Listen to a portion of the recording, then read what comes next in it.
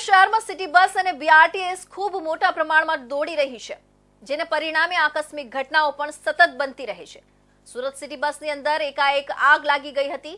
Amreli ડેપોથી depot તરફ જતી બસમાં આગ લાગી હતી। સુરત કોસાડ ડેપો ખાતે સિટી બસ રિપેરિંગ માટે આવી હતી। બસમાં કેટલીક ટેકનિકલ ખામી સર્જાઈ હોવાને કારણે બસને પોશાળ ડેપોના વર્કશોપમાં મોકલવામાં આવી હતી।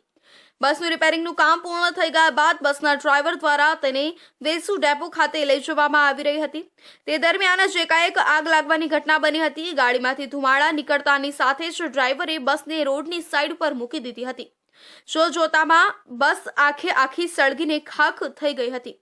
બસમાં આગ જબરજસ્ત રીતે લાગી હતી। આખી બસ આગની લપેટમાં આવી જતા ધુમાડેના ગોટા ઉડ્યા હતા। ફાયર વિભાગ ઘટના સ્થળ ઉપર પહોંચે તે પહેલા જ આખી બસ બળીને ખાક થઈ ગઈ હતી। અધિકારીના જણાવ્યા પ્રમાણે શોર્ટ સર્કિટના કારણે આગ લાગી હતી। જો કોઈ પેસેન્જર અંદર હોત તો સિટી બસમાં મુસાફરી કરનાર મુસાફરોના જીવ જોખમમાં મુકાઈ ગયા હોત। સિટી બસના ચાલકોએ અને કોર્પોરેશનના અધિકારીઓએ આવી બસોની સ્થિતિ અંગે ગંભીરતા લેવી જોઈએ।